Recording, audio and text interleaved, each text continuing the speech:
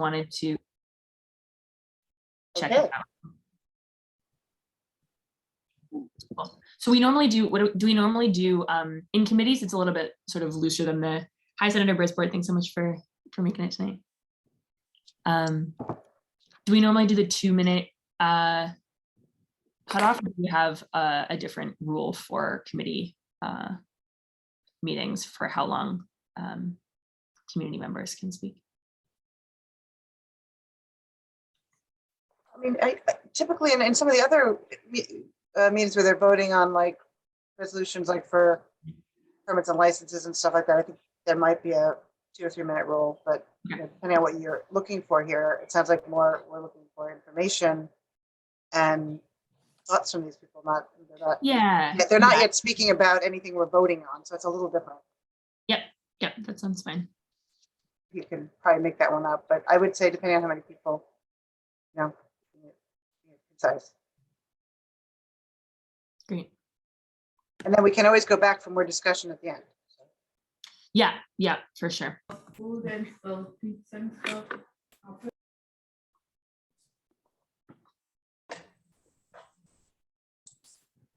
Maybe all the CB6 members could put that in their name. Somebody, I'm sorry, what was that? maybe all the CB6 committee members can put in their name. Sorry, because now this is open to everybody. The panel. Yeah, that's great. If anyone doesn't know how to do that, you can just click on your own little box that you're in, and there should be a rename button, so you can put CD6 next to your name. Oh. My own little box. Oh, I see up there. Oh yeah, my name's there already. So If you want to add CB6, just to know that if you're a board member, it's great. Great. Yeah, it looks like we're. Do we have quorum, or we have? How many folks do we have? 7. Oh yeah, looks like we're still waiting for some other. Yeah. Usually you give it till 6:40. Sounds good. Yeah, so I think in terms of order of operations, I'm happy to sort of just give a really brief intro. Then I'd love to, Senator Brisboard, do you have sort of remarks that you're speaking from, or would you like to sort of participate after we've done a little bit of discussion? What's best for you? Participate after. Okay, great.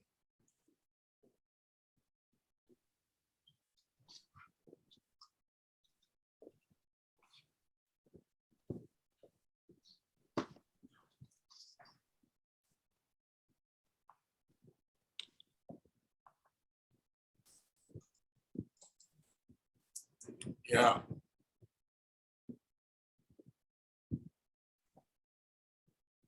And does somebody mind dropping the link to the briefing materials in the chat? I know that was part of the like it's I guess our agenda. I don't have it up immediately. I'll send it. I'll put it in. Thanks, Ariel.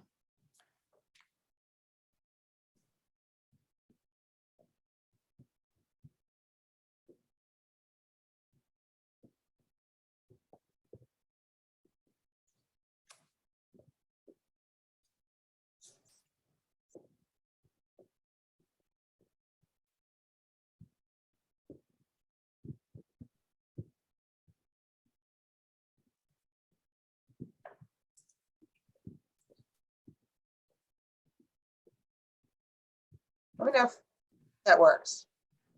I don't know if that works or not.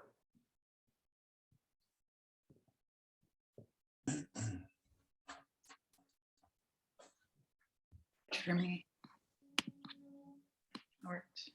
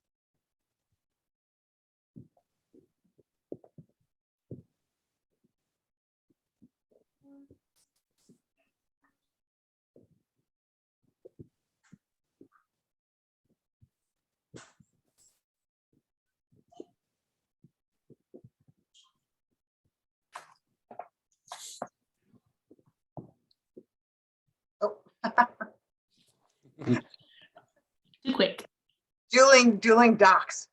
Okay, I think they've only been sent though to the panelists. Are we trying to send them to everyone? hosts Oh, and my- panelists. May I add a little something to letter G there? Or not? I'm sorry, I'm actually looking at the document, sorry. Oh, I see. Yeah. Thank you, Rebecca. Yeah, no problem. You gotta include the attendees. And yeah, for anyone who just joined, everyone should be promoted to the ability to speak. We're gonna have time for everyone who wants to speak. If you are not able to do that, just ping me in the chat and I will promote you so that you can speak.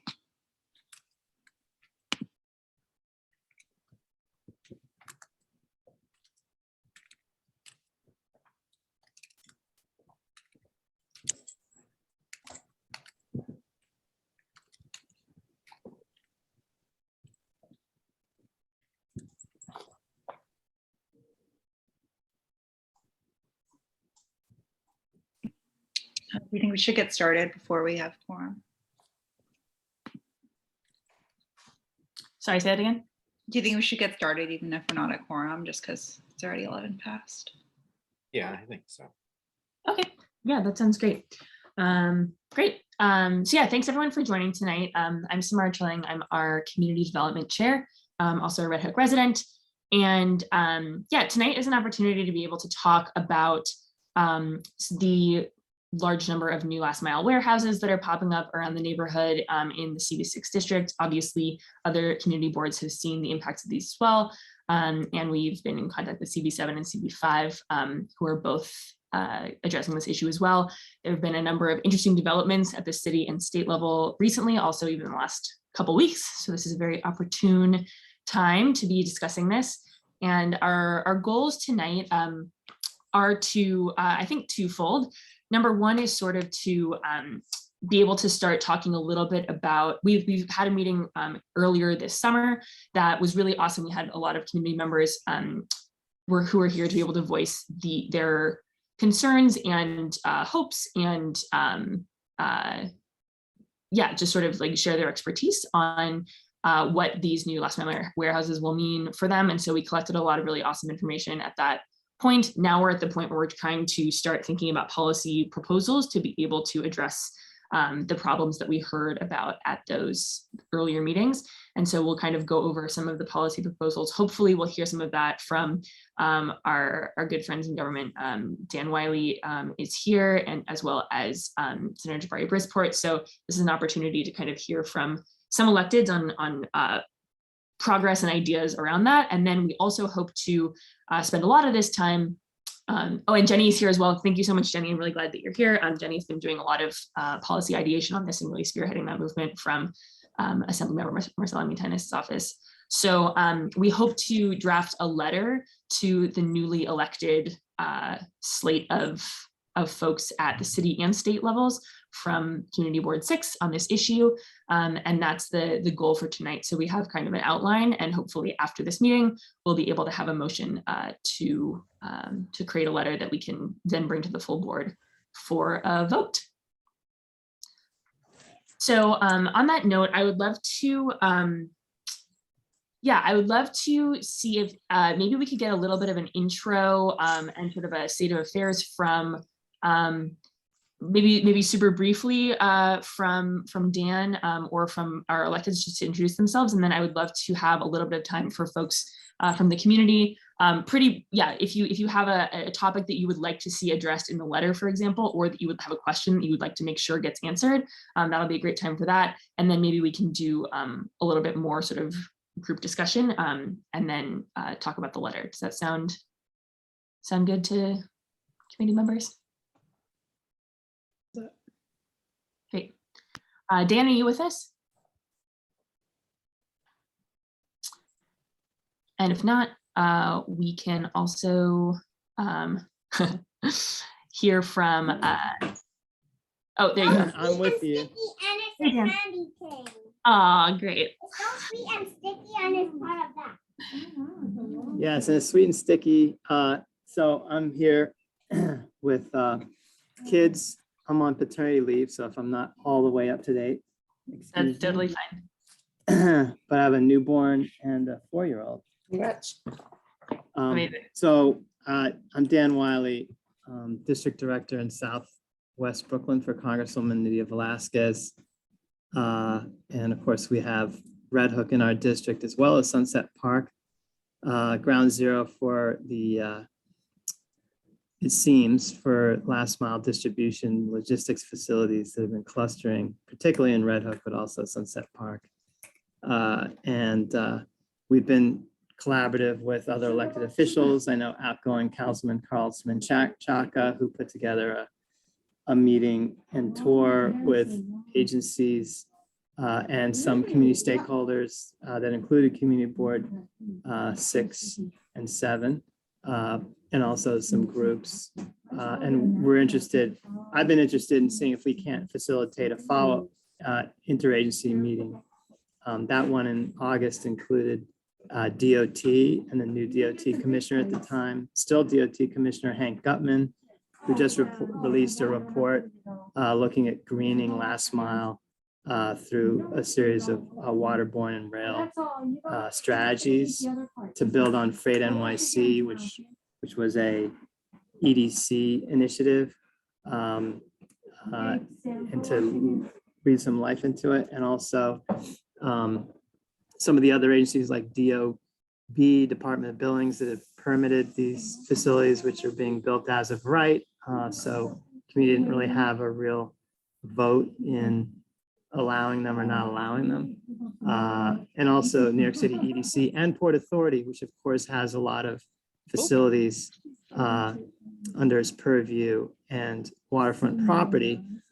Also, New York City EDC released a request for proposals for how to expand Dock NYC to include more landings that could include some of these waterborne facilities that could be utilizing last mile freight delivery.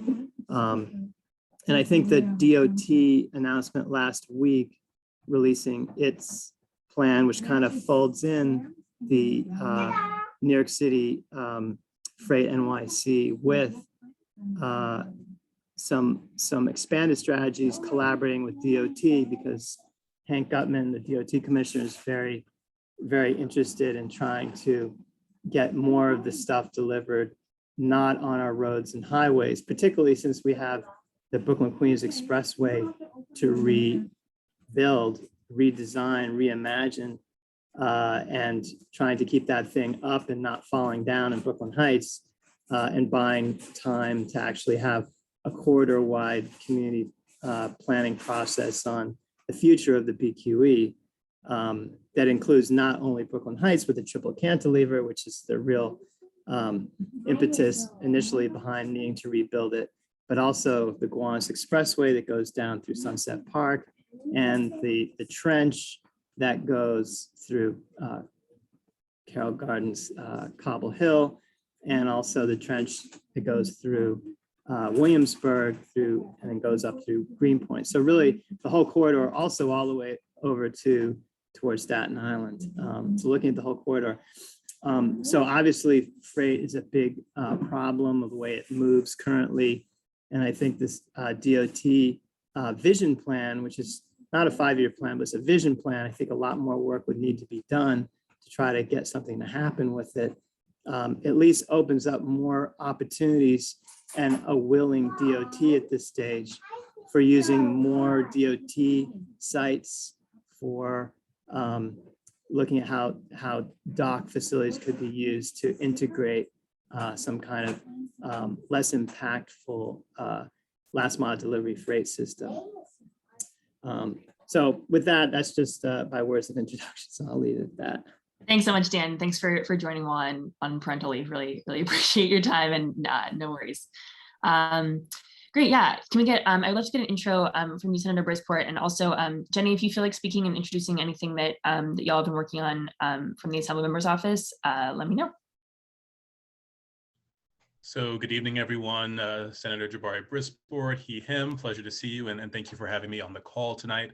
For those who don't know, I am the state senator in the 25th State Senate District, which includes Red Hook and the industrial waterfront of Sunset Park, right where these last mile trucking facilities are being proposed or built, and have had a chance to see a few of you, I think several months ago at the presentation at the interagency meeting. So it's a pleasure to be back. I've had a chance to have some conversations with the Assemblywoman's office about potential state ideas, and I just want to give them a shout out for doing incredible work, taking the lead in a lot of research, and also engaging community members in research and organizing around this. And yeah, I'm excited to see how this letter shapes up, and you can count on me as an ally in ensuring that the environment and health are prioritized as we create a vision that works for all of us.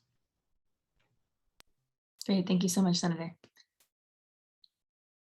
Do we have any other representatives from elected office that would like to give any brief updates on work that they've been doing on this issue?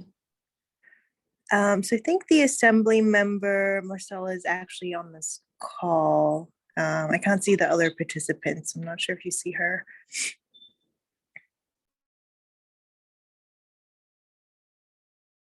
I do not.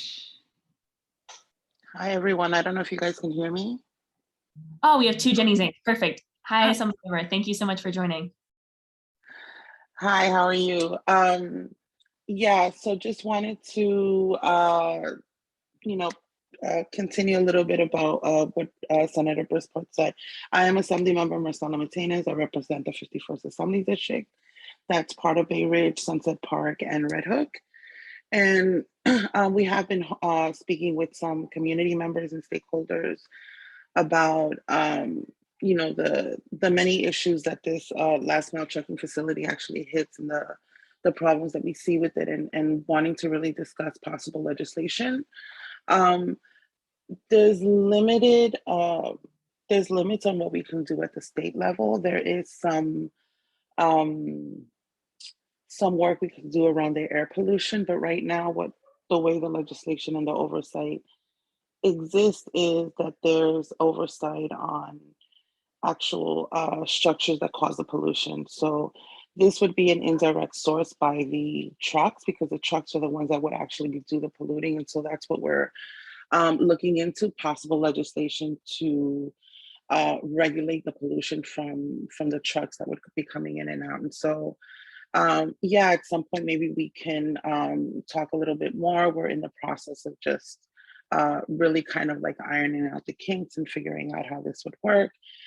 We believe that there could be potential for coalition work, as there was a press conference recently, but understanding that these facilities are primarily located in working class communities of color, where people are already having their own issues and impacts as it is. And, just talking about Red Hook and Sunset Park, the fact that we're both in the flood zones, Sunset Park is by the highway, all these issues and problems that already exist that are going to be that much more compounded with the addition of the last mile trucking facilities. So we want to be able to see what we can do at our level of government. We know that we're going to need to help the city as well. And so looking forward to having conversations with the different representatives about how to move forward. Thank you. Thank you so much.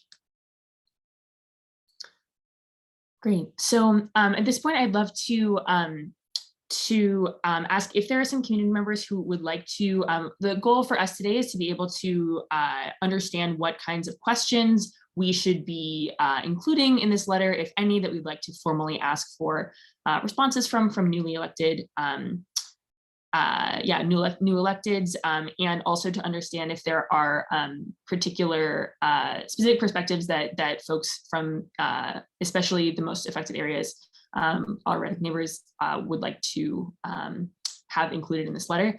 So I know actually we have someone from speaking on behalf of Red Hook Youth from through Red Hook Initiative. Odalis, is that, I know I was talking with Catherine, are you Are you interested in speaking? Yeah, I am actually. Great, awesome.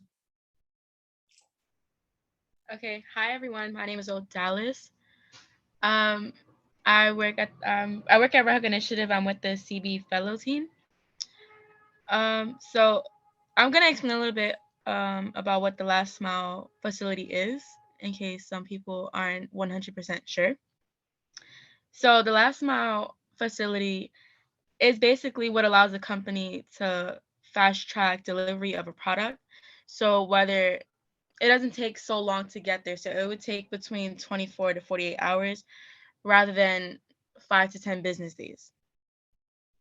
So there are 5 last mile warehouses facilities in Red Hook. So 3 of them are Amazon, one is UPS, and the other one is the Buckeye Terminal. I don't have a lot of information on the Buckeye, but I do know one of them is UPS, and 3 are Amazon. So we have a lot of concerns with these warehouses just because of the fact is they didn't ask for like approval. So they didn't feel the need to consult with anyone from Red Hook. They just built it. They didn't care. And they didn't notify us when they were doing it. We knew about it because of all the construction. And that's also another concern that we've all been having. The construction, a lot of people, such as myself, have asthma.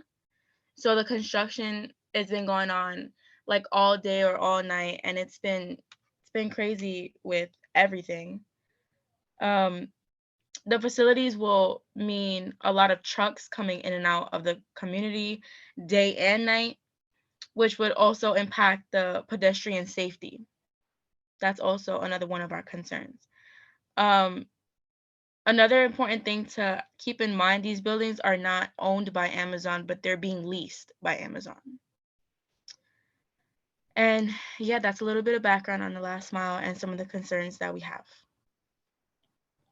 Thank you. Thank you so much, Adas. Really appreciate it. If there are other folks who would like to speak, please use the raise hand function, and we can take several folks now who'd like to share briefly some of their questions they'd like to get answered by this letter, and any particular perspective they want to make sure gets captured in this letter to new electeds. Brad Vogel has had his hand up, so maybe you can go first. Good evening. My name is Brad Vogel, and I am here tonight in sort of 2 capacities. One with the Gowanus Dredgers Canoe Club. We actively work along the waterways in Gowanus and then on the edges of Red Hook and Sunset Park increasingly. And then also here tonight with the venture called the Schooner Apollonia, which has been delivering cargo to Red Hook for the past year using sail and wind power. What I wanted to speak about tonight, though, is looking at these facilities that are cropping up and thinking about, as this letter is crafted, how do you not only ask for and request and require to the extent possible maritime access to bring in some of the goods so that you are reducing the overall loads on the roadways, but also looking at what sort of standards you set or what sort of incentives you put in place for the type of propulsion that those vessels use when they are delivering those goods to Red Hook, because that's a big part of this. And I know that's a big thing that many people in the community have raised is, what about the emissions? Because the ships can help offset some of the emissions that the trucks are doing, but what about the ships themselves? So I wanted to raise that tonight as a specific point, that the letter should also speak to incentivizing the vessels being more green to the extent possible. And that means using alternate fuels or sail freight or solar or whatever it might be, but that should be part of the calculus. Thank you. Thanks so much, Brad. Much appreciated. Jim Tempakis has had his hand raised. Great. Hi, Jim. Go ahead. Hi. I also wanted to, well, for starters, Brad just mentioned the one good thing about a lot of these diesels that are right now running maritime, with Norfolk Tug and Barge. They have Tier 4 diesel engines, which are 85% clean. And the next step is going to be to go to Tier 5s or have electric tugs that could be charged either at different docks. And I think that's also, I mean, the Marine is pretty positive all the way around, where in the past, when speaking with certain professors from Rensselaer, Polytech Institute, and Hofstra University, they had mentioned that these last mile truck delivery companies, usually because they're short hauls and they're not anything long, they usually have the older diesels that are not too healthy for us. So I just wanted to bring that up. A couple of additional things that I wanted to mention was with the dock NYC, the city has about, I think, 10 to 12 sites. When I went on their website this weekend, that are currently Dock NYC sites. And what we need to do is push for private owners on additional sites. So, I mean, we have 12 sites throughout all of New York City. I think we need another 20, 30 sites that are going to be properly distributed throughout the city. And these private property owners that are on these sites, they need to get some type of incentive, either tax breaks, either some kind of a handling fee. So this way they can jump in and assist us with this plan, because we need 10 to 12 sites only covers a small portion of the city. So it's critical that we can get private owners or New York City sites that are sitting and not really doing anything. So we need to really look at all the waterways so that this way we can cover all of New York City and not just a little bit of Staten Island and a little bit of Brooklyn and a little piece of the Bronx. So, and a couple of pieces in Manhattan. So we want to try and really create a water distribution network that can really, be it, and to have it as a no-brainer, so that this way we can create this water distribution delivery system. The one other thing I wanted to mention is that it's critical to bring in the large containers that are going to be filling these warehouses, and it's going to be equally important that we create this water distribution to these last delivery areas, like we saw the mayor last week, where he basically saw the UPS vehicles that were electric, the bicycles, and so that this way they can go out and do these last mile deliveries. So this way we don't have double parked cars. We have less pollution throughout all of New York City. So I just wanted to bring up a couple of additional points that I think are critical. And like I said, we want to be able to bring in the containers, and we want to be able to also have the freight go out, because we don't want to bring in 10,000 containers to fill up the Amazon 2 sites that we have, and then have 60,000, Sprinter vans do deliveries, out of Red Hook. We want to stay on the water, in on the water and out on the water. So that's all I wanted to say for right now. Thanks so much, Jim. Yeah, just for context for anybody who didn't see that, I think we had this mentioned a couple of times that, Mayor de Blasio announced a plan that basically involves increased, as I understand it, increased requests for federal funding and also potentially incentives to make it easier for private delivery companies to use waterborne methods of delivering last mile goods. That also involves I think emissions-free small cargo bikes to do last mile. We have the problem with the trucks coming in, and then the problem with trucks going out, sort of smaller ones. And I think this aims to solve the last part of the problem, which is who makes the delivery to your house with cargo bikes. And I would also be interested in hearing from anybody who has more information on the Last Mile Coalition. This was also something I think we all heard about recently, which is intended to help, address some of the environmental justice problems. And I think this is something that the borough president and public advocate Williams were both involved in. So that will definitely be part of our letter. Great. Sounds like we have a couple of people who want to speak. Any other community members who, especially folks who are, live in the area, are directly affected by this, would love to hear from you. Feel free to put your hand up. We'll make sure people have a chance to speak. Like Carolina has had her hand raised for a bit, so maybe she can go next. And then Andrea Sansom, and then Matthew Grandin, just in the order of when they raise their hands. Got it. Okay. Hi, this is Carolina Salguero, Portside. Can you hear me? Yeah, we can hear you, Carolina. Okay, great. So I want to, in line with Portside's mission, speak to some of the maritime stuff. I have been told often that the non-maritime people don't necessarily understand things when I or Jim Tompakis are talking. So I want to encourage people to, if that's the case, maybe put something in the chat. So I'm going to try and do a little bit like what Odalis did, to sort of back up and explain some of this. So the first thing I want to say is one of the terms for moving things freight by water is marine highway. That's the shortest one to use. Within the marine highway, multiple vessel or boat types could be used. So Jim was talking about a tug pushing a barge, the barge with containers on it. You can also have a tug pushing a barge that has trucks actually rolling on and off it. So that's called a row for roll on, roll off.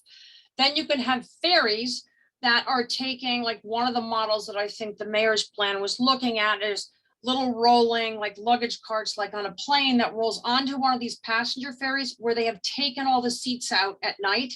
And then those little things roll off when they get to their location, and the little custom boxes or containers on it can be picked up and put in the e-cargo bike. And then there are other freight ferries like the one of Bob Kunkel's Harbor Harvest, where it's kind of more like hand picking up boxes and stuff, is my understanding. So there are lots of options in that kind of way. One of the big challenges, I think, is that right now in New York City, there is no incentive and certainly no mandate to push for maritime uses, which is why I think we're not having a conversation that's focusing on the actual sites in Red Hook and Sunset Park, in a, be using maritime, or something why the mayor didn't do it. And so whatever tools the public sector people can find for that, that would be great. I've had lots of conversations with the head of Waterfront and Open Space from City Planning, Michael Morella, and he says right now there is no way to mandate it. So, which surprises me. There was a way to mandate public access to the waterfront, but he says there is no way to mandate actual use of the waterways. So I'm hoping somebody has a tool, if not a mandate, then an incentive. Talking about the mayor's plan, I want to say, I think this may be driven in large part as an effort to support the NYC ferry system itself, because it was hemorrhaging money before the pandemic, and even more so. If anyone knows what Eric Adams thinks about NYC ferry, I'd like to know. I don't know, but I do know there's been a lot of concern about the subsidies for that increasing over the pandemic. So I'm not saying this is necessarily a bad idea, but there may be a motive there, which is not only sort of greening our freight system.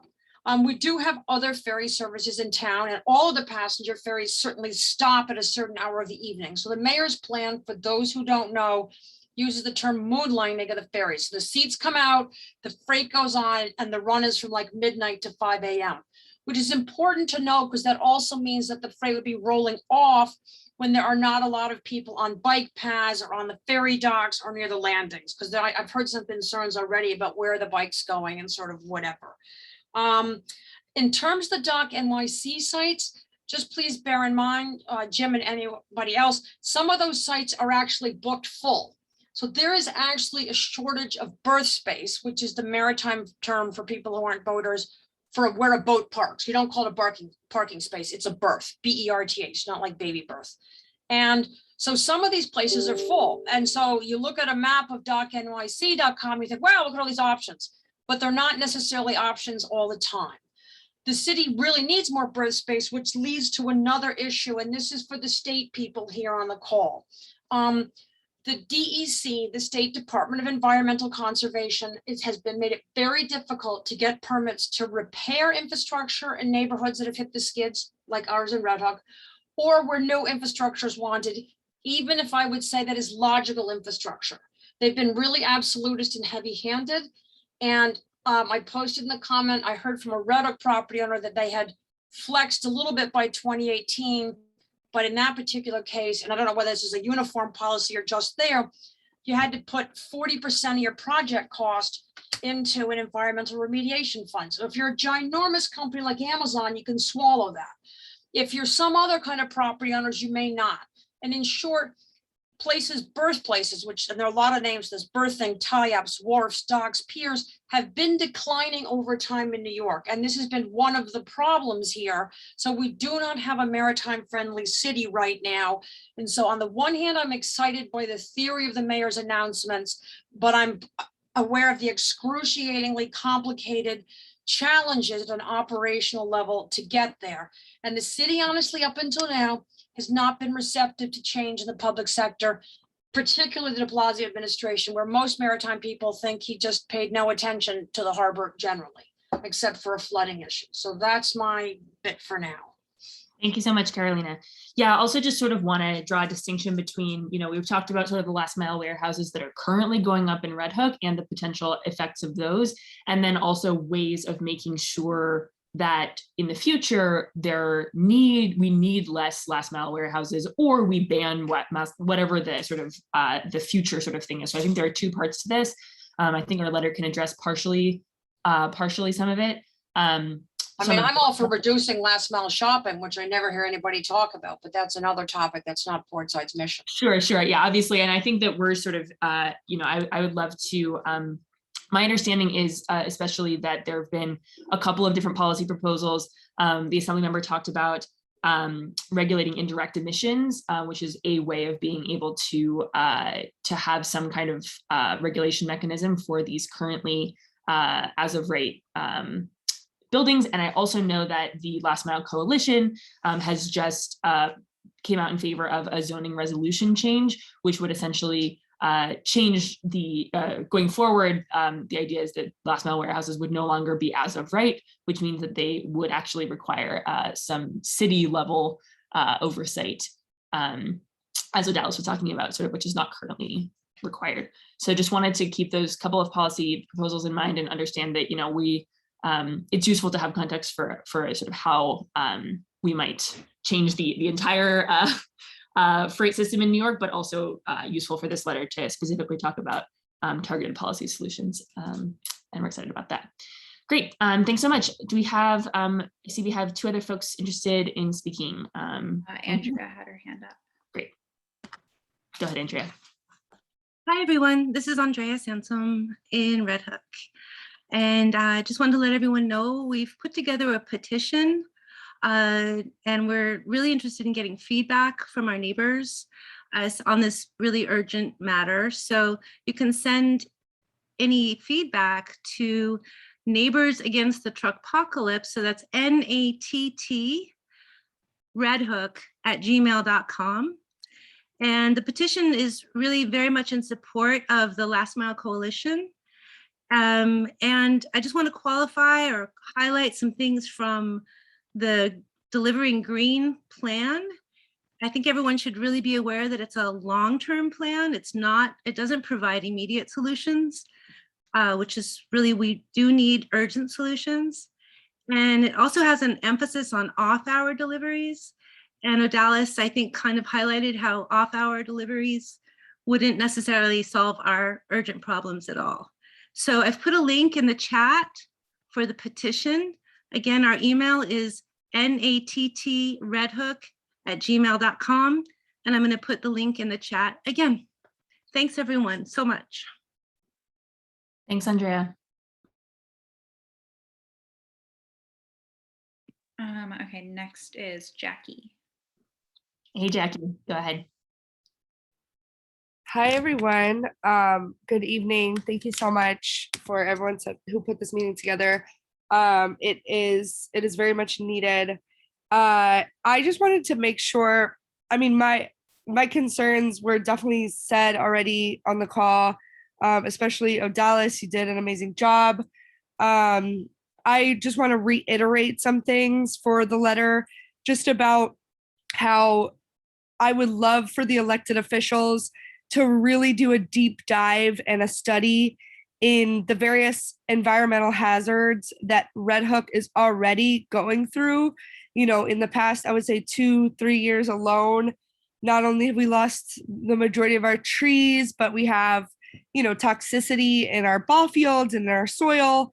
And the impact of the trucks on top of our already existing conditions are just extremely detrimental to anyone in the neighborhood, and especially those who live in the Red Hook houses, which are being torn apart right now and have been being torn apart for the past 2 years. So I really want to make sure that this is highlighted in the letter, because of course the trucks, the routes going through the neighborhood is going to just escalate our already existing record highs of problems, like our asthma level.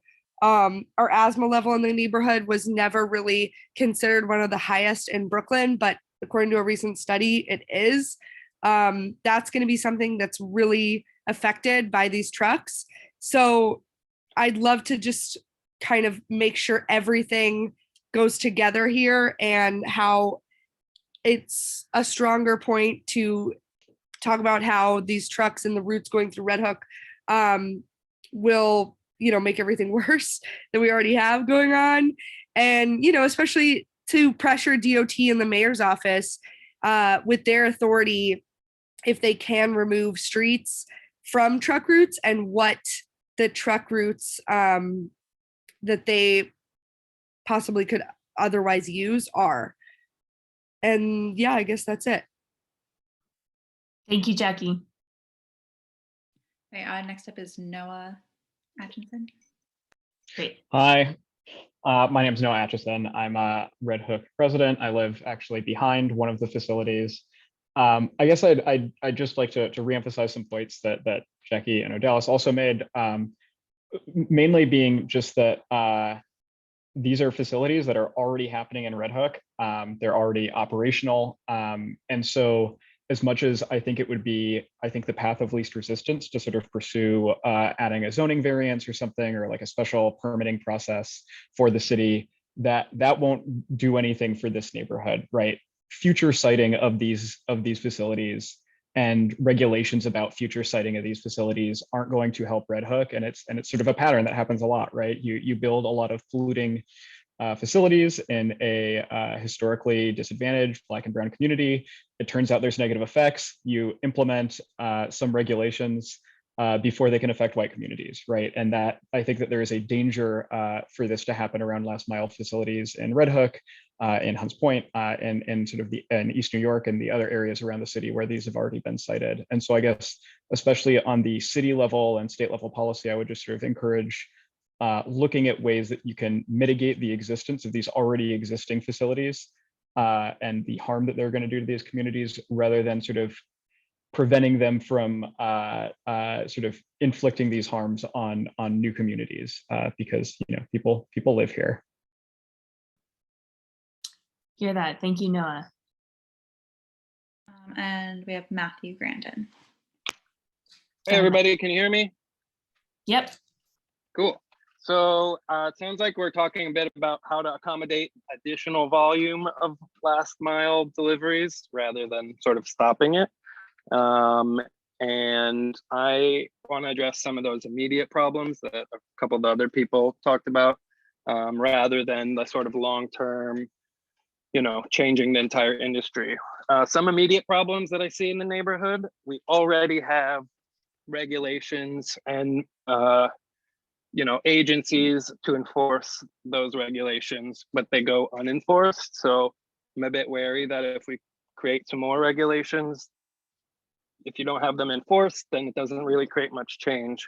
Some of the specific things I'm talking about are the large trucks, the 53-foot trailers that are not allowed to make drop-offs and deliveries in, you know, neighborhoods in the city already, but they do every day come into Red Hook and surrounding neighborhoods.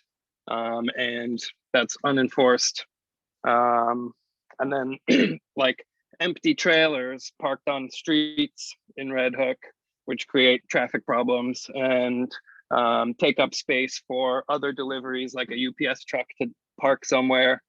That also goes unenforced. And, you know, I'm sure that if you drive around near the container terminal right now, you'd see a couple empty trailers just taking up space on the street, sort of using public space to store private commercial equipment, basically.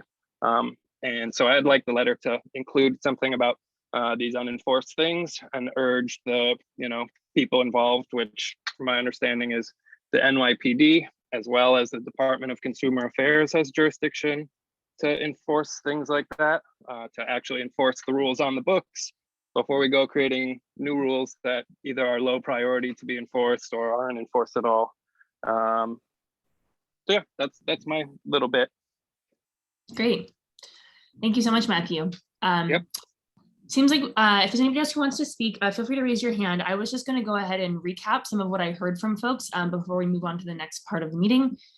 So feel free to put your hand up at any time. We can accommodate that. But also just wanted to let you know what I've heard today.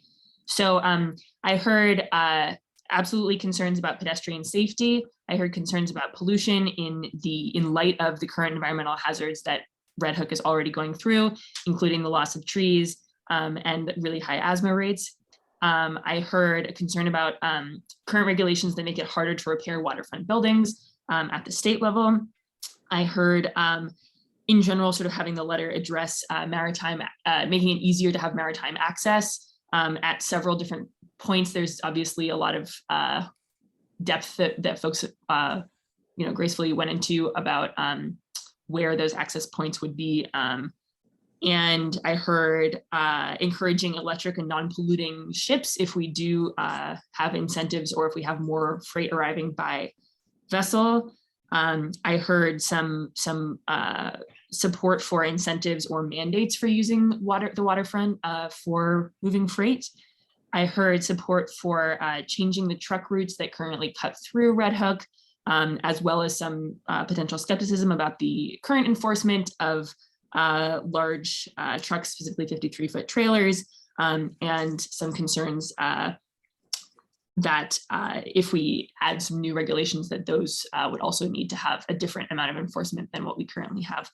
Carolina, thanks for your clarification. The permit problem is with maritime infrastructure, not with buildings. Great. If anybody else wants to add anything to those, that's a really great place to start. Really appreciate everyone's time and energy. See, we have two more people who'd like to speak. Great. Hildegard, go ahead. Can you hear me? Yep, we can hear you. Great. So another issue with trucks is vibration. So when the trucks move through the neighborhood, the neighborhood is all built on fill. So it's I always say it's like peanuts and jello. So when the very large trucks move through the neighborhood, the vibration threatens the buildings, the structures, and it also threatens the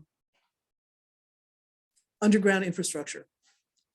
So one of the reasons to keep trucks away from critical infrastructure is that the vibration is actually detrimental to existing buildings and existing sewers. Absolutely. That's a great point. Thanks so much, Hildegard. Okay, next I think we have Matthias. Yes, hi everyone, can you hear me? Yep, you're good. Yeah, I just wanted to highlight again something that Andrea mentioned in regards to this to the petition Red Hook Against the Truckpocalypse, of the need for urgent action as opposed to long-term plans that address the situation that we're facing right now, and that it's imminent with these facilities becoming operational. So I really appreciate all the the visioning work that's being put forward in regards to future solutions that could be evaluated and implemented. But I do want to point again to checking out this petition and maybe considering some of what is being raised there as potential things to include in the letter coming from the community board, and that's specifically a disclosure of the projected trips data, because as we talk about and discuss this situation, no one really knows the exact amount of truck trips that are expected inbound and outbound under the current conditions, which is what we need to assume is a possibility beyond the long-term visions plans that are being discussed, which don't really even have funding attached to them right now. And number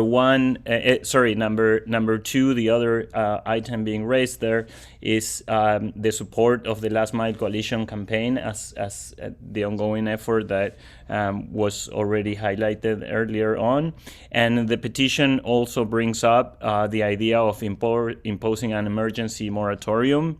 I'm really interested in hearing if the community board and members of the community more broadly have been thinking about or considering such a measure, as none of the solutions that are long-term or in the future would really address what is an urgent situation that we're going to be facing in months beyond the single facility that's already operational.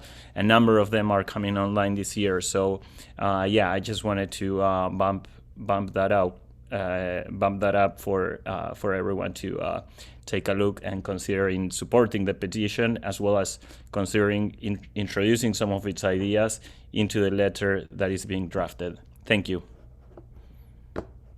Thanks, Matthias. Yeah, just wanted to reiterate the extra things that I heard here, making sure that noise and vibration, both at odd hours of day, which can cause sleep problems, gets it in into the letter as one of the potential harms, or harms that are already being felt. And I also heard the proposal of an emergency moratorium at the city level.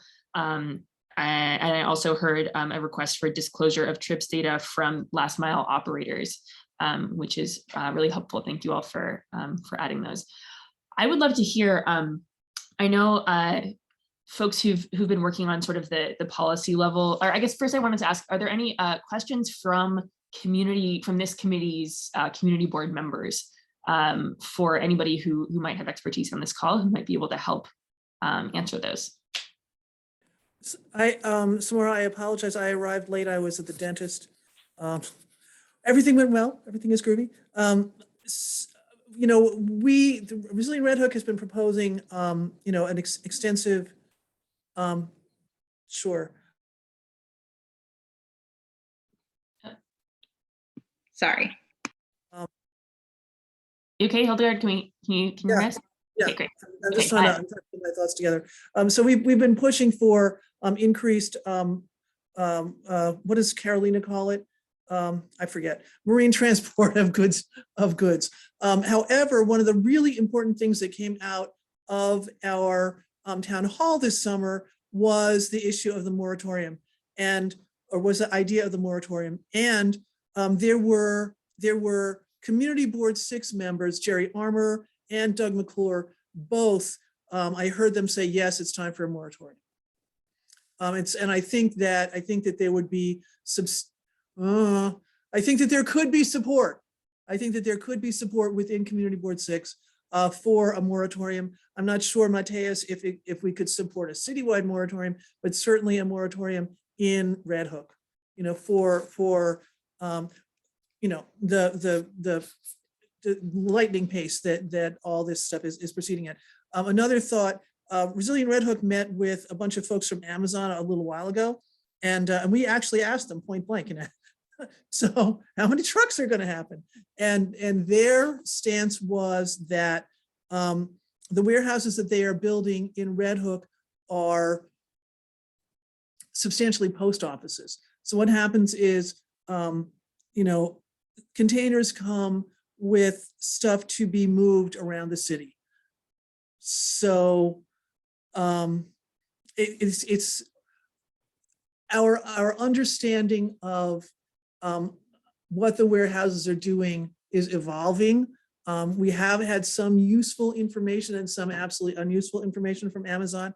I would love to see CV6, ask them to come to a meeting and say, That's a great point. Actually, one other thing that I wanted to bring up was, and potentially not for discussion at this meeting, in sort of the bulk of it, but would love to, I think Amazon has reached out to CV6 at some point, and said that they would be happy to have a meeting. I would personally like to make sure that we can give them upfront a list of questions far in advance of the meeting, in order to make sure that they can't come and say like, oh, I don't know, I'll get back to you, like that they have this sort of stuff in advance and can prepare hopefully useful answers.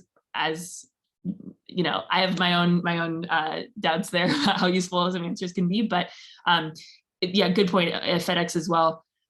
So I hope that, if community members and folks do have questions specifically that they would like, kind of along the lines of disclosure of trip data, other kinds of questions, I would love to set up an email so folks can send those in at any point. And I think you can definitely email Mike at CV6, but you can also email me. I'm happy to put my email in the chat, and we'll compile those questions. And as we get closer to setting a date for that particular meeting, which will definitely be an open meeting for everybody to be able to come, we can make sure that Amazon gets those questions directly so that they can think long and hard on them before coming to a meeting with us. Samara, can you hear me? You can't hear me. Yes, you can. Okay, good. So if people CC Mike, they should probably CC somebody in your committee, you or one of your you can co-chairs. CC me. Yeah. So that I know Mike is totally swamped, and so that and don't hesitate to bug me to help you. Once grades are in, I'm good for a couple weeks. So I should be able to help you.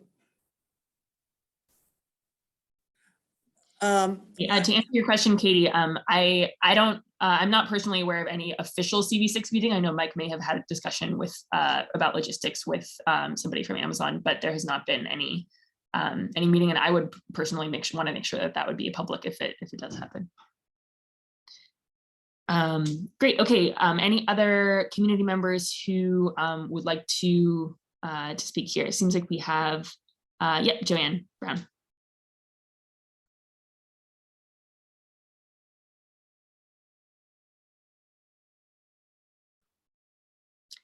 Jan, would you like to talk? Yes. Oh, there you go. Great. No, I have a question. I'm not sure is it real possible, but will there be anyone testing the air around, rather doing all this here transportation, rather with these big trucks and the boats and everything going back and forth, road to rails and to every place else? Well, will anybody be testing the air, and also will anybody be testing the water? Catherine McBride, isn't your group doing beginning air testing soon? Yes, I think my colleague from Pioneer Works is on the call still. Marissa, are you still there? Yeah, I'm here. Thanks, Catherine. Hi, Marissa. Hi, everyone. Marissa Prefer, they, them, Pioneer Works. We're running a program with CUNY called Community Sensor Lab, collaborating with Red Hook Initiative as well. And just, it's like we're trying to collect some localized air quality data, because it's something that the city does not provide, the state does not provide. But, this to our elected officials, like, what are the ways that we can access more resources to be doing that in a more comprehensive way as these facilities come online? And is that something we can fold into an ask through this letter? Thanks so much, Marissa. Much appreciated. Any public officials on this call? I know obviously this is at the state level, but does anybody have resources to share on that question? Would like to respond? Well, I just want to say in intro, it's great that CUNY and groups are doing that. And I have the BQE and the Kiwanis Expressway in the background on my background, just because, the coalition of groups that were also looking at the rebuilding of the highway also were demanding baseline air quality monitoring data to be able to assess impacts of particular proposals for how to rebuild the highway, because we don't want to just repeat the mistakes of Robert Moses in environmental justice racism, basically. So I think it's very important to do that. And I know there's other I think coalitions of groups, the EJ community that's come out with, strategies for blocking. You need some teeth, and actually to have some data to show impacts, which really should be the responsibility of developers that want to build something, except the fact they have this loophole that there isn't a regulation. So you have a chicken and the egg problem. But the first step, and I've said it before, 20 years ago when we were trying to keep IKEA from building on the edge of the Gowanus Canal, there was a cost assessment of what the health costs would be for locating it in a place where there's not easy access in and out and all the truck and vehicle impacts. And so you have to put a price tag on that to help, shame, or I don't know what word you want to use, but to leverage corporations to do the right thing. So I think it's great the groups are doing that. It'd be great to see the city, DEC, the state actually have air monitors to assess this, not just for the last mile, but also for the highway and how the highway is going to be rebuilt in the future. So I think we need a multi-pronged, that serves many purposes. And also the other thing I'd say is that with the resiliency waterfront, the Red Hook Coastal Resiliency, which actually needs to be improved, DOT was doing some baseline traffic data collection, which I think should also be used in assessing impacts. So that's not a full study that the community has been asking for from DOT, but we should keep the pressure up and have that data be folded in as well. Thanks so much, Dan. Just to clarify, that data that we're talking about, I know we had this sort of talk last time we had DOT attend a meeting talking about last mile, and we had been asking for a specific truck study for this area. And they said, well, we've done this sort of general truck plan. That's what you asked for, right? And we said, well, what do you know if there's any particular pieces of data that you can imagine being particularly useful to ask for in this letter that obviously will go to both state and city officials?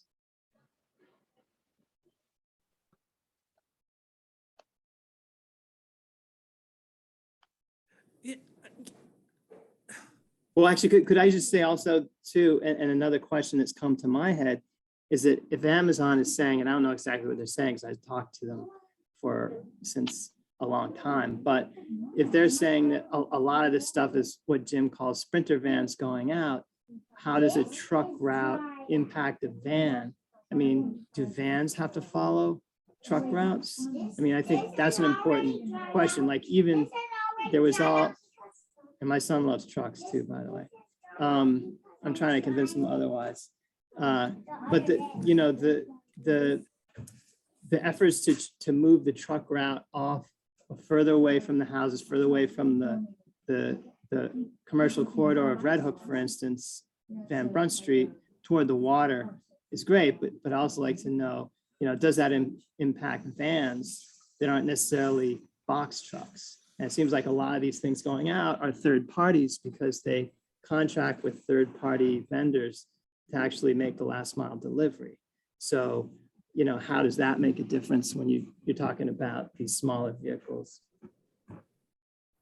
Great point. Yeah, I'm hearing that adding a question specifically for the Amazon meeting, but also potentially for this letter around whether sprinter vans have to follow truck routes.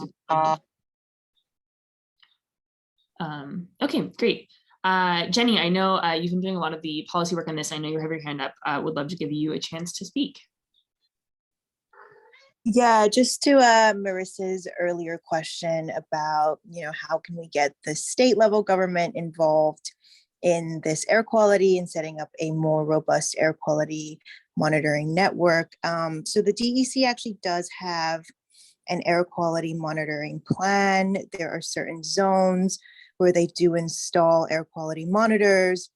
I tried to get to the bottom of how we would add sites to that process. So it's kind of interesting, and I'm curious for thoughts on this. So I'm going to send the link for this program, but the state has an annual plan that is posted in May of every year. So that's something that we should keep an eye out for. If you go through the plan, there's currently, I think it's on the order of like hundreds of sites statewide. It's not comprehensive by any means. It definitely doesn't cover every neighborhood, but they do have specific unique sites where probably air quality has been bad in the past, and they do install air quality monitors.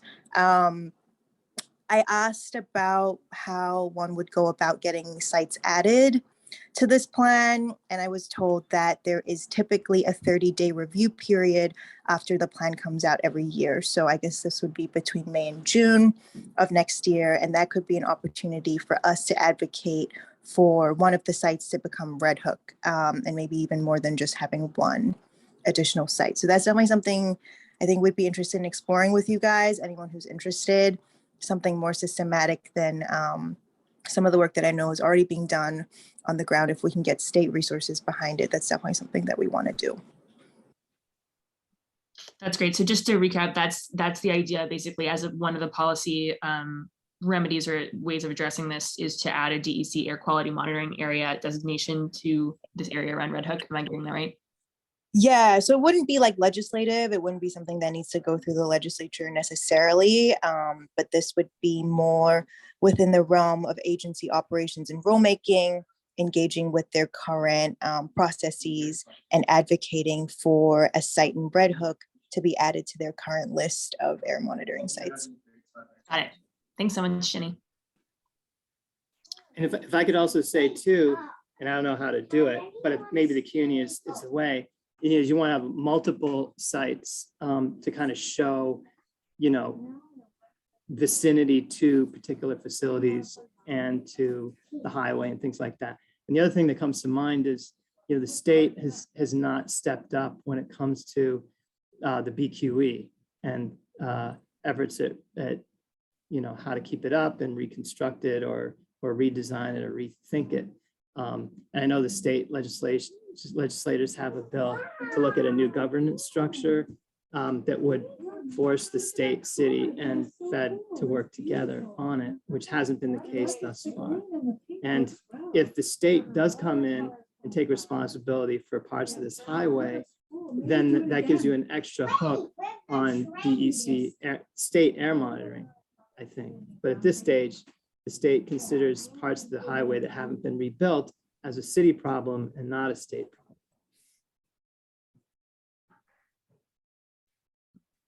Got it. Okay, not sure if folks still have their hands up from earlier or if this is a new hand, but I know, Jenny, I see your hand still up and Matthias as well. Go ahead, Yes. Matthias. Yeah. Yeah, I just wanted to point out in regards to the data that might be solicited, that one thing to keep in mind is in the places where this has been regulated, the amount of trips and the type of vehicles is part of what creates the guardrails for the legislation. So being able to produce that data and start having a conversation around those lines might be helpful for future efforts.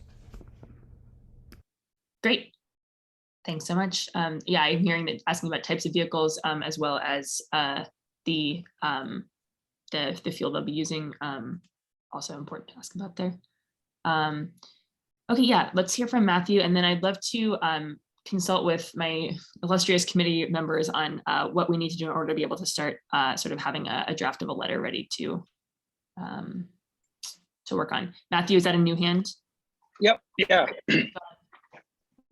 So I just want to bring to everyone's attention an agency called the New York Metropolitan Transportation Council, which apparently receives federal money and works. I'm not exactly sure what their, I don't know. I can tell you what their mission is. I'm not sure what their impact is, but this is an agency that it appears that we all as taxpayers are paying for, that is responsible for transportation planning at a state and local level. So I would be curious whether any of their data or expertise could be helpful to our group in, coming up with ideas. So just want to bring to attention the NYMTC Council, which has local New York City offices and employees, and make sure that people are aware of this agency and see if they have any input. Is anyone aware of this agency? Yes, and I would mention that maybe 15 years ago, there was a NIMTIC planner who did a project in Red Hook to look at how to calm and some streets and stuff. And one of the outcomes of it was that Clinton Street with the kind of the malls that make better pedestrian crossings and stuff. Dave Lutz was behind that, an old Red Hook resident. Cool. The other thing is that's a huge regional thing with many, with states and regional and counties. But the key is that you line up asks and you demand of them, because it's kind of like a huge bureaucracy.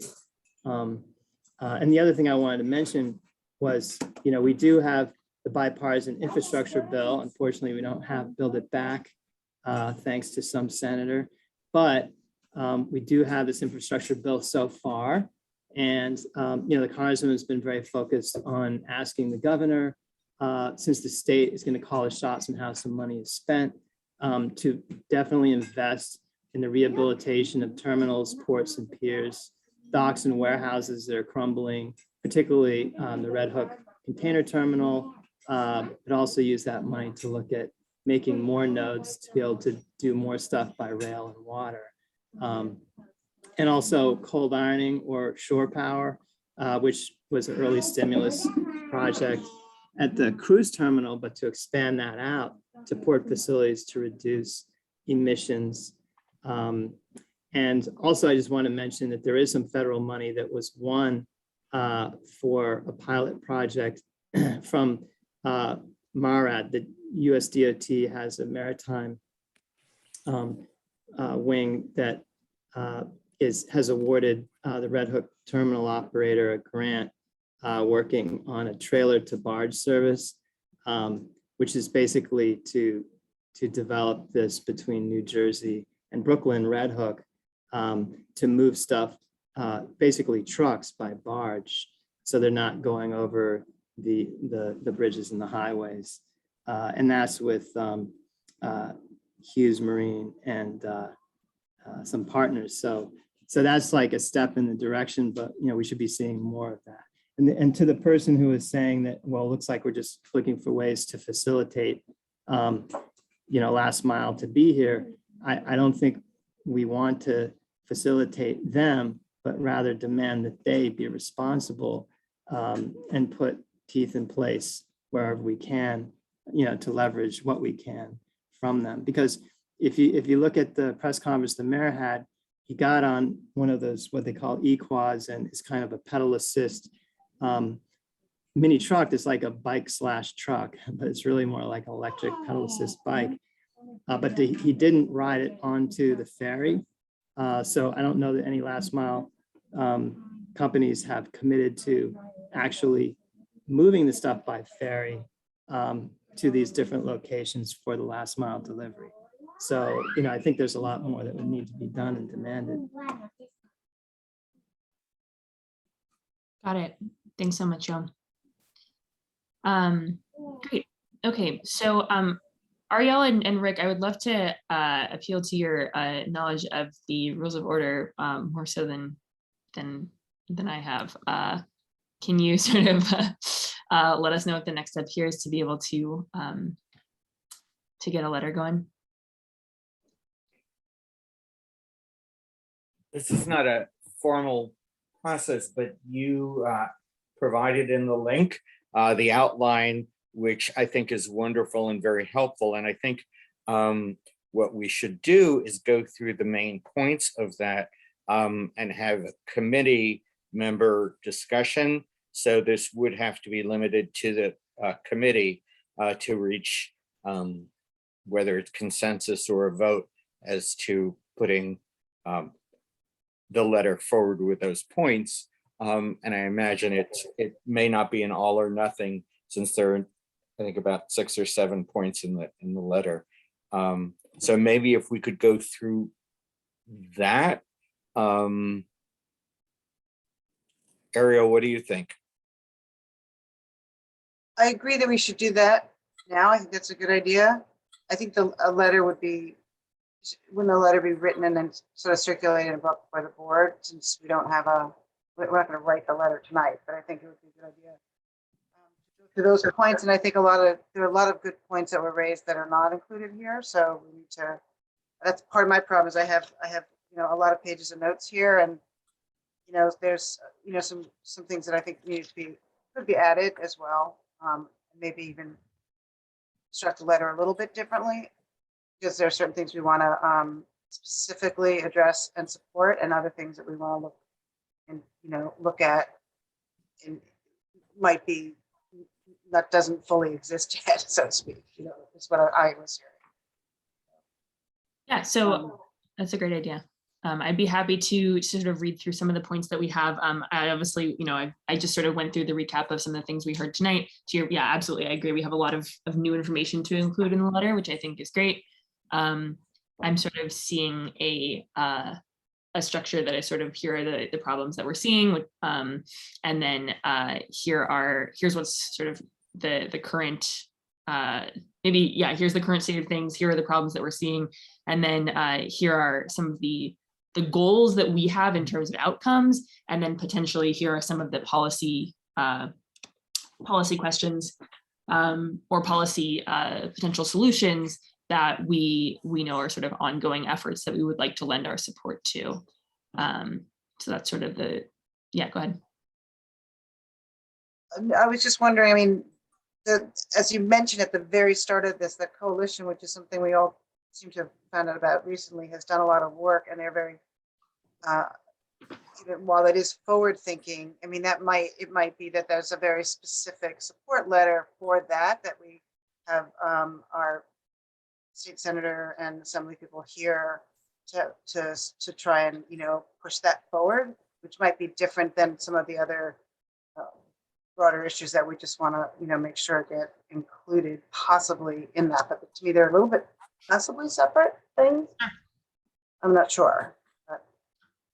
So that's 2 potential letters, one in support of the Last Mile Coalition and one as sort of like something that's very specific. And maybe it's not that, maybe there are other specific things, I don't know, but it seems to me one of the most important things here is the fact that there's CB7. I think there are a few other community boards. The fact that we are, for the first time that I can remember, really linking with other community boards, and that shows a lot of strength towards potentially getting things done.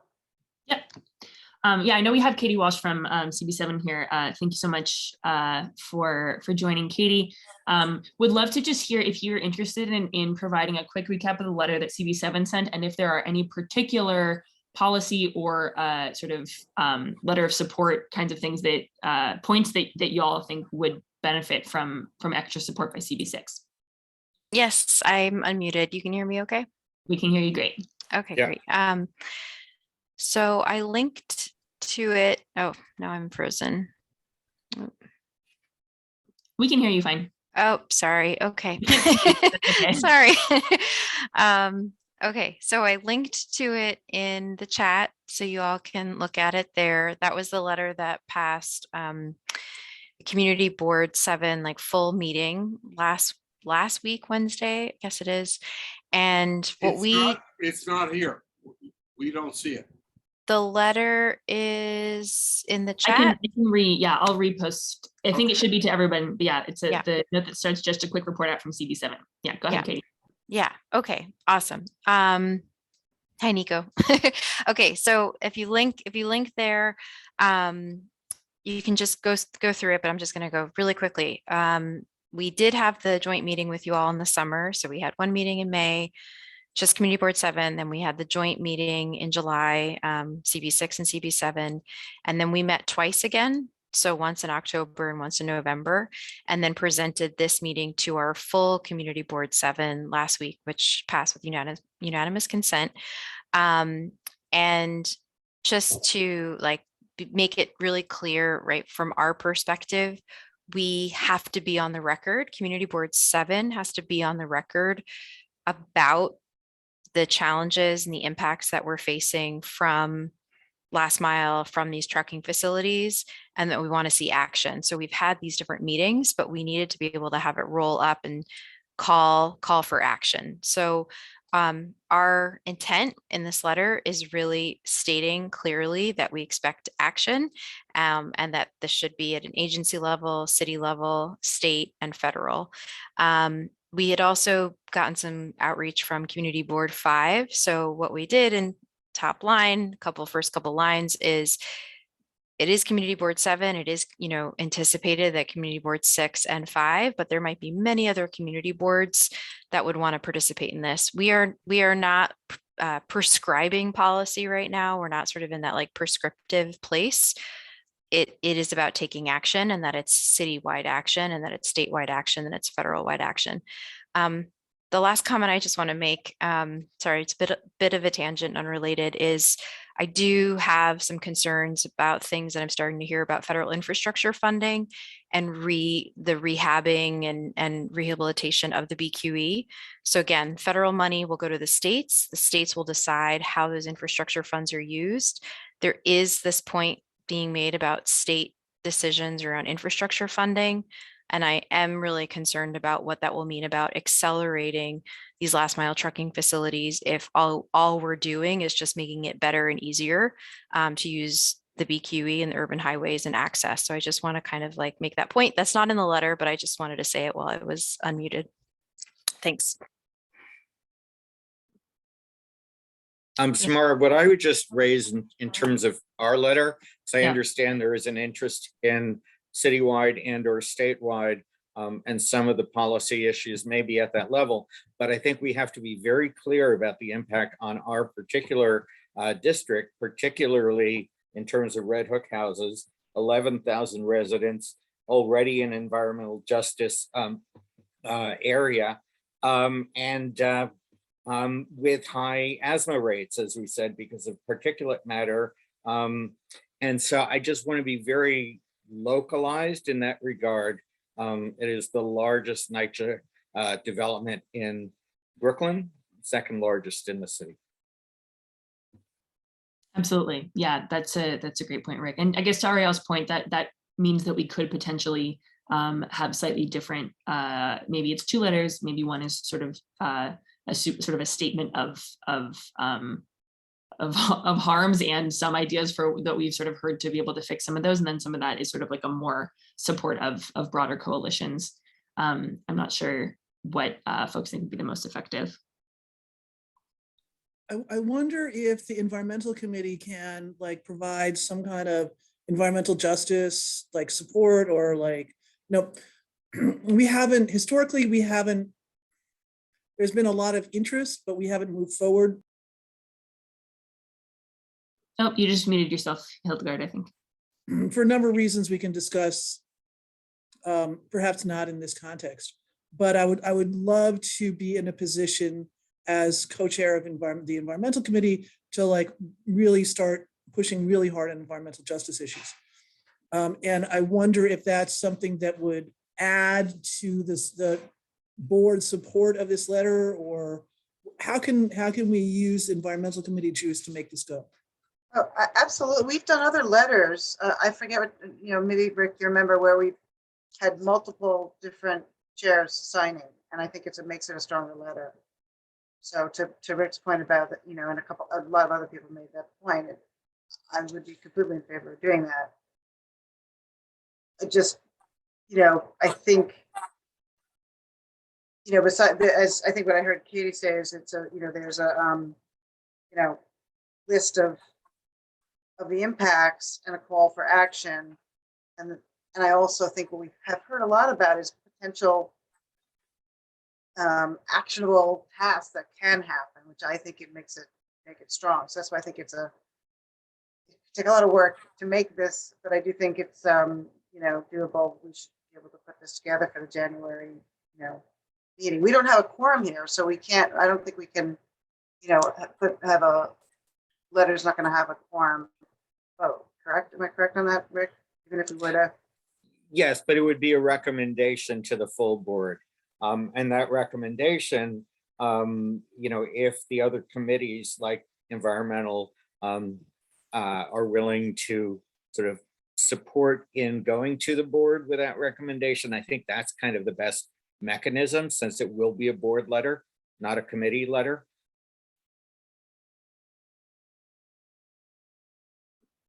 Elliot, I think you're muted if you're trying to speak. Sorry. I'm in total support of putting a board letter together. But my co-chairs are not here. So we would have to share that with them. I can certainly stand up and attempt to unilaterally say we're in, but I'm sure that there would be a lot of discussion about it. So should we go through the points and then figure out, like, if it's 1 letter, 2 letter, how we're gonna. That sounds great, Ariel. Yeah, let's do that. Do you have that up? I don't have the. I can. I have it up. Do you want to share? Should I share it so we can look at it together? Or just read it. Whatever's easiest for you. Yeah, if you want to share it, I think you can also put the link back in the chat so that everybody can click on it themselves if you like. I just have it up and then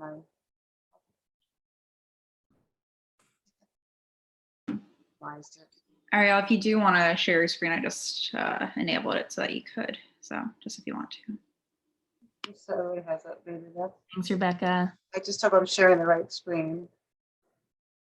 Is that it? We can. Yes, that's right. Yeah, we can see that. Perfect. Well okay, done. fine. So this is the proposed letter outline. Should we look at that now? Yep. Let's look at that, and we can add some stuff as needed. Yep. Okay. And anybody, it looks like anybody can add to it right now, which is great. Yeah, anybody can comment. FYI, so that's we will definitely publish some. I mean, this will serve as sort of a record of the meeting, but I also have some notes that I am happy to type up and send out. Ask Mike to send out as notes as well. Okay. But yeah, great. Do you want to read them or should I, Ariel?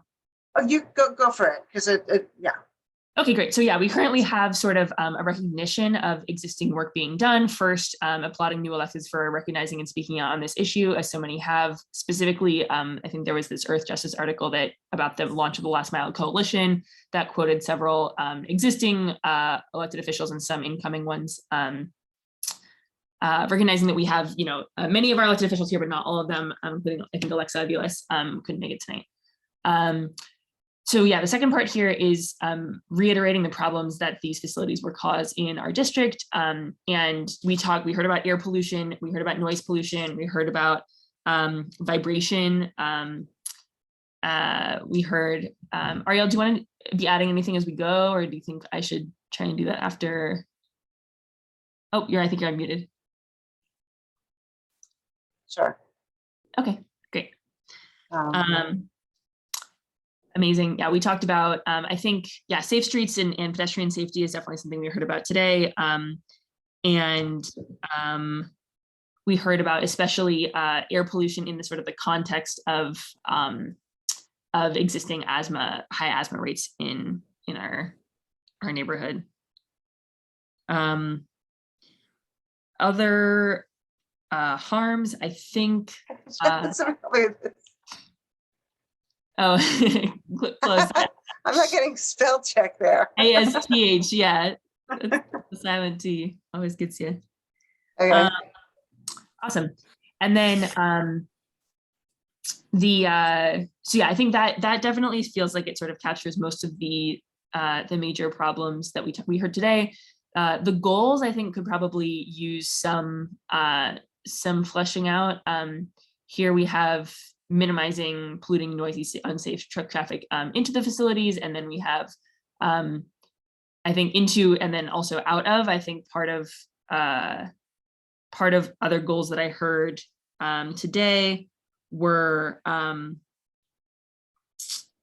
yeah, in general, minimizing the number of large polluting trucks on Red Hook streets in general, which is sort of basically that same idea. Trying to distinguish between goals and policy sort of ideas, which I think is the harder part. I think we should do that because I think that one of the, I heard people talking about there was that particular issue, for instance, then we don't know how many trucks we're going to have. We don't know if it's going to be, what types of trucks. And then obviously there's a lot of ways to mitigate the trucks, and that's the whole policy side of it. Yeah, yeah. So to do that, we need to know what we have. Yeah, I wonder if there's a piece about transparency, which could be a sort of a goal in and of itself. And that may encompass partially, I heard that, air quality and sort of transparency that includes getting air quality data, getting information on the types of vehicles and the routes that vehicles going in and out of these facilities will be following directly from the last mile operators. Seems like kind of its own goal that is necessary in order to be able to achieve some of the, we don't know what we don't know is kind of that bit. And I also heard that includes also disclosure, of trips data from Amazon and other last mile operators, types of vehicles, air quality data, and then I think the rest of what I'm hearing are mostly, I'll bring the chat back up to see if any folks are adding stuff here, but I think I'm hearing a lot of the other ones being potential policy solutions to help achieve those goals. Supply from the waterfront, I guess, is it could be a way of achieving the goal of having fewer trucks on the streets, right? It could be sort of a goal in and of itself. But I think the way that we have it right now, which is that supplying via the waterfront, ideally should minimize the pollution and the unsafe truck traffic. I think there's also sort of a general, somebody pointed out that ships also use polluting fuels. And so being able to generally minimize pollution from last mile deliveries is included there. And I think we could also talk about, another goal being not having any more of these facilities in our neighborhood. That's something that a moratorium is one way of achieving that. But that seems like people would prefer to not have. I'm curious that we didn't talk anything about jobs or different types of jobs here. My personal understanding is that these are going to have very few good jobs, and therefore it's not necessarily something that any folks in the community are interested in trying to pursue by getting any guarantees of numbers of jobs or unionization or pay. So I'm happy to leave that out since that's what I've heard, and that aligns with my own understanding of how a lot of last mile operators operate. So one of the reasons why we were thinking about marine transport was that there would be opportunity for good jobs. As opposed, okay, sure, yeah. As opposed to and skilled trades. So one of our collaborators in Resilient Red Hook created a really dynamite indicator. He called it job density, and the job density of these last mile warehouses is through the floor. Got it. Awesome. And what we want in Red Hook, what Resilient Red Hook has heard from our neighbors is that we want high density jobs, high job density entities to be with us in Red Hook, and to encourage the growth of high job density entities. Yep. And I would also like to add something there around hiring from the community. I think this is something right, precisely, for people exactly. who want jobs. Yeah. Thank you, Carolina, for making the distinction between certain UPS being sort of having different employment practices from Amazon. That is a helpful distinction. Good to know for context. And Okay, I think those are some useful goals. Anything we should add before moving on to, I can reiterate some of the policy initiatives that we heard tonight.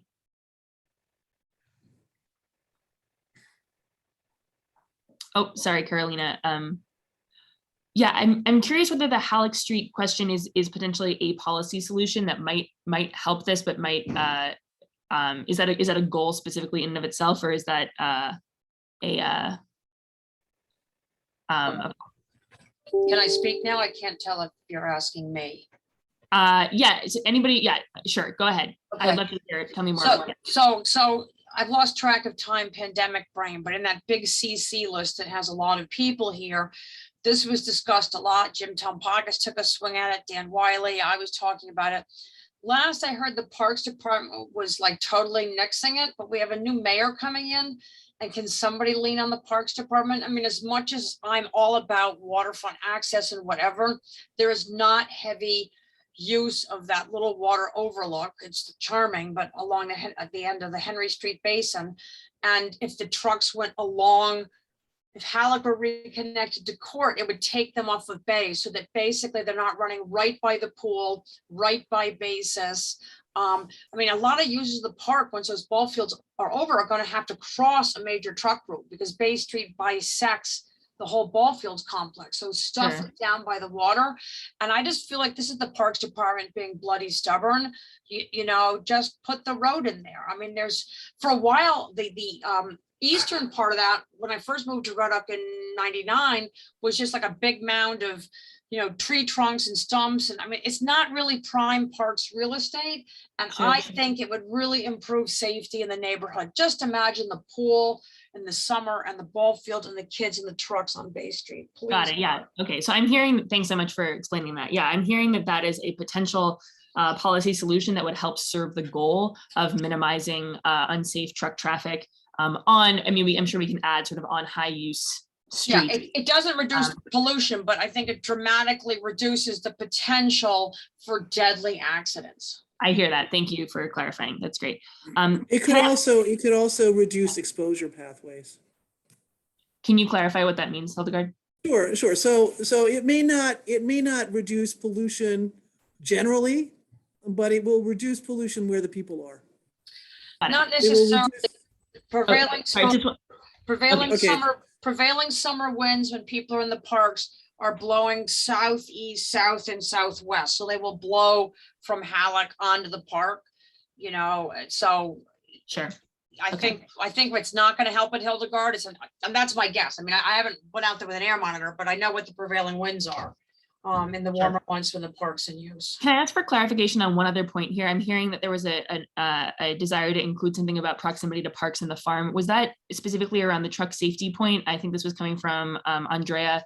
Can I just get clarification on what the significance of that is? Yeah, thanks. Yeah, thanks for circling back to that. So the facilities are right up against our open spaces. So that means if we have trucks, the emissions are right up against our open spaces. The idling is right up against our open spaces. Got it. That's sort of pollution concern. specific. Yeah, and safety specific. Got it. And of course, accidents where kids are crossing the street.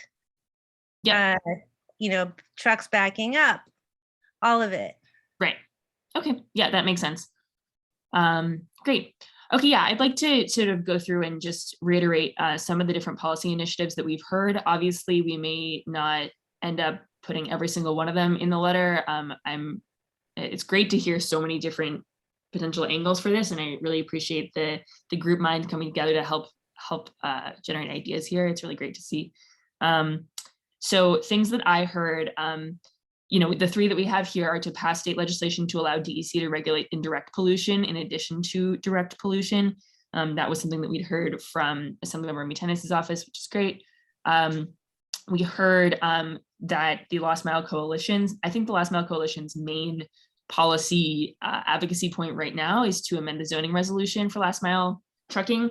And then I also heard some folks pointing out that that is all well and good for future facilities, but won't necessarily help our community in Red Hook right now, which is a point well taken. And to that point, I think we should add one here, which is around the emergency moratorium idea. I would just want to clarify for my own understanding, that would be something that would be at the city level. Is that the jurisdiction that we're talking about? And is that an agency question or is that a city council question? Just curious from a jurisdiction perspective. Would that be city planning? Yeah, it's a city issue. City planning. Okay, got it. I mean, that's a big, you get anything like that from the money. Sure. I mean, I think that's also a good question as to whether that's something that the that we, I mean, feel like we all want to support. I'm hearing a lot of support for it. And it doesn't seem like since that's a big lift, does anybody know? I mean, there's already, I think somebody pointed out the 5 that we've seen the map of. Are there other sites that could get sucked up into another big warehouse? Do we know that? Jim Tempakis has a list. Yeah. Okay. So the Gindi group, all along from at Hamilton Avenue, all the way down south to where the Buckeye Terminal is, they have another 400 and something thousand square feet. If you guys are ever going over the Hamilton Avenue Bridge, look at all of that bulkhead work and how they're preparing that whole site, which is going to be something massive over there. And then right behind it is where the Buckeye Terminal is, which is also another 800,000 feet. So, I mean, we still have a lot of other places in play. And then there's also another space on Court Street, which is a little bit south of Halleck that we were just talking about. On Court, south of Halleck, there are some old buildings, and that also, there's something going on over there as well. Thank you. Got it. Thanks so much. Yeah, Matthew, it's a good question about what the exact terms of an emergency moratorium would be. I think that is something that, I mean, Ariel, I think it sounds like, we're obviously not, we're not like legislators, and we're also not all familiar with all the minutia of different potential ways that we could implement that. I'm okay with keeping this to be sort of to drawing this as sort of a broad potential idea on, a moratorium on last mile warehouses in Red Hook. And yeah, to Andrea's point, the Last Mile Coalition come up with that. I think we could do some of our own research and include more specifics on that in the final text of the letter. I think it's about what your criteria is for defining last mile warehouse. And I think you're absolutely right. Size, right. It's hard to visualize the number of square feet without, I feel like the Amazon warehouse that just went up next to IKEA, I feel like I didn't think that the site was that big, and then I go over there and look every other day and it's like ginormous. So I feel like my size estimation would probably would benefit from some research there. Okay, and then just to finish off this list of potential policy initiatives, we've got a request for disclosure of trips data. I don't know if there's a particular policy mechanism that's already in place to be able to require that. It sounds like there is not, but that is. Sorry? How about FOI? Great, yeah. Freedom of information. Samara, that apply to private companies, I don't think, though, Hildegard. Okay. I think the precedent has been set, and Uprose referenced it in the last CB7 meeting for actually shutting down last mile facilities in California. And I can send you that link. Okay, great. That would be awesome. Thank you, Andrea. And then, yeah, I think we also heard a request for air quality data. Oh, sorry, we heard a request for rather potentially adding new monitoring sites. That's for DEC air quality monitoring sites in Red Hook. That's at the state level. And then, yeah, I think the last one I have there is about regulating interconnection. Oh, sorry, Hildegard, can you mute if you're, Sorry. no worries. Okay.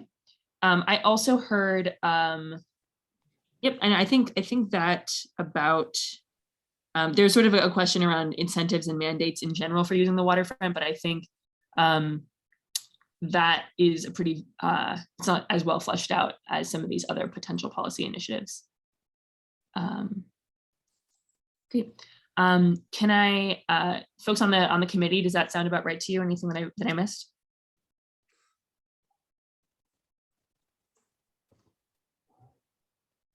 I don't think so.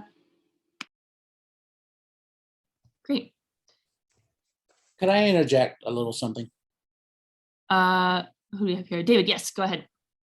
So section 1, I realized, yeah, letter H ought to be under the goals section.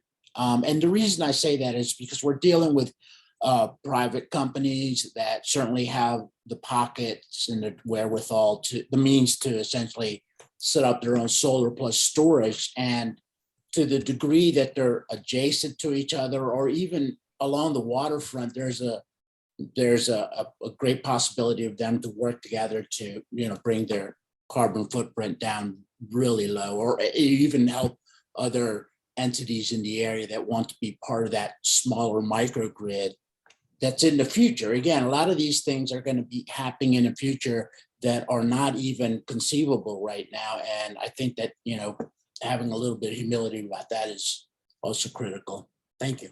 Yep. No, thank you so much. Really appreciate that point. So that's talking about the potential for greener sources of power and in general having better resiliency as being a potential dovetailing issue with this in the area. Got it. I mean, the wind farms, I'm sorry, I didn't hear anybody talk, so I just wanted to, there's so many wind farms coming on board it's a natural place for a lot of these companies to want to have a place. And so I figured that this is going to become an area that's going to derive a lot of the economy nearby, particularly on the energy front, because it's right next to the source. So there's a great need for I think for the community board to at least ask of these private sector companies that are setting up to work together on how to bring their carbon footprint down more than just like what the policies require. Sure, and you're talking about sort of more so than just in mitigating the pollution from the trucks, but in general, different business practices in the area. Got it. Okay. I imagine Brad Landers is going to, as a comptroller, is going to be able to calculate some of that and will have some leverage at least, or some data to bring to that to a fore. Sure. David, can you encourage the environmental committee to push for that? Angelica Randhari is very active in the renewables community. And that's something I think we could take up robustly. So maybe you could join us in our next meeting and we could talk about how we could put together a proposal for that to happen. Yeah. It's a very exciting idea. I would love that. Thank you so much. Okay. One last thing I wanted to make sure we did here was make sure we knew the list of elected officials. I think it's basically everybody. Oh, sorry, go ahead, Ariel. No, my question was gonna be, who are we sending the letter to? Yes, totally. Yeah. I mean, I think the mention of Brad Lander also reminded me that was important. Obviously, Brad, as a newly elected controller, will also get this letter. But I think the understanding is, because we have such overlapping districts, this would probably be everybody who is representing. We could do everybody who's representing Red Hook, or everybody who's representing Red Hook and Sunset Park, or everybody who's representing Red Hook, Sunset Park, and the entire rest of CB6. I think that the folks who definitely, I think Red Hook is an epicenter of this, so it makes sense to have basically all the newly elected city council folks, obviously Assembly, State Senate, and then some of the. This is going to the entire city both in addition to city council, also the city's executive branch, right? So that's the new mayor, the new controller, I guess also, you know, public advocate. So I'm imagining this being sort of a pretty broad on the executive side, but maybe fairly targeted on the legislative side. Does that sound right? This Oh. is Katie. We can send you the list of everyone that is going to get it from CB7 if that's helpful, and then you can add it since it overlaps with a lot of the same. I also just wanted to add, I think I appreciate that you all have policy initiatives that you're putting in. But I also just want to add that, you know, again, this is like, we are community board members, which is, we're raising these issues and these impacts, but none of this is new information, and the elected officials should be actioning this. This should be introduced in legislation in 2022. This should be taken up by the city. And we shouldn't like it. These policies, one of the things that can happen with introducing specific policy initiatives is the lack of vision and the lack of ability to like move things forward, and, you know, being able to shoot stuff down. And I think I just really want to encourage that, really making it clear, these are the impacts, these are the effects, and action needs to be taken, is one of the most important things that you all can do as a community board, and kind of, again, put feet to fire a bit from the electeds and representatives. Thanks for that. Definitely a good point. Cool. Yeah, so I think we can probably use some of that. Some of CB7's list of elected officials. Ariel, is that specific enough for you tonight? Do you feel like you want to go through that now? Or? Well, that's fine for the. I'm still in my head thinking about how. You know, there seems to me that there's a difference between certain of the policy initiatives that I seem to have feet behind them that we support versus things we want to see that we're not yet quite sure how they're going to get traction. Yep. So yeah, I think that we can. I don't know if we do that here, or people can. You know, I think you know, you've shared your email. I'm happy to share my email. As we put this together. We may sort through that, because I think that make this a more effective letter to support the things that are already ongoing initiatives versus things that, you know, we want to push our electeds to possibly turn into real initiatives. That's all. Sure, of course. Yeah, I mean, especially given that now sort of we have a little bit more information about what types of policy initiatives are already sort of being thought of at the legislative level. That's super helpful so that we can kind of highlight those and just put our, I think your idea to put our energy behind. Great. So I'm happy to work with, folks to get sort of a draft out before our next, we'd have to send this around via email, right, to the rest of the committee members and get a sort of verbal or written vote on that, and then we take it to. I think so. Okay, great. We've done that before with letters, and I think we, Hildegard, we include environmental committee as well. Yeah, I'm sorry. No worries. Let me not. Tell me what you want. Just tell me what you want me to do. We're as we craft this letter, it's going to be circulated to this committee, and I was suggesting we circulate it to both committees. Yes, please do that. Let's do that. Okay. Thank When's you. our next? I'm looking it up right now. Okay, great. I think January 12th. Great. Cool. So yeah, that'll be the goal. Great. And I think we will be, thanks to everyone who joined tonight, who's lent their voices to this really important issue. And thanks for doing a little bit of participatory democracy as we write this letter together. Great idea. Yeah, works out great. And yeah, thanks just for everybody to take time out of your day and to lend your voices. Thank you, Samara, for hosting this and being really organized and listening to everyone really thoroughly. Thanks to Rebecca for hosting and making sure we had all of the things in place. Woohoo. All right. Have a blessed evening, y'all. Yeah, have a Happy wonderful New evening. Year, everyone. Be Great. Happy safe. holidays, everything. Happy holidays. Good night. Thanks You so much. too. Stay safe. Great seeing you. Bye. Bye.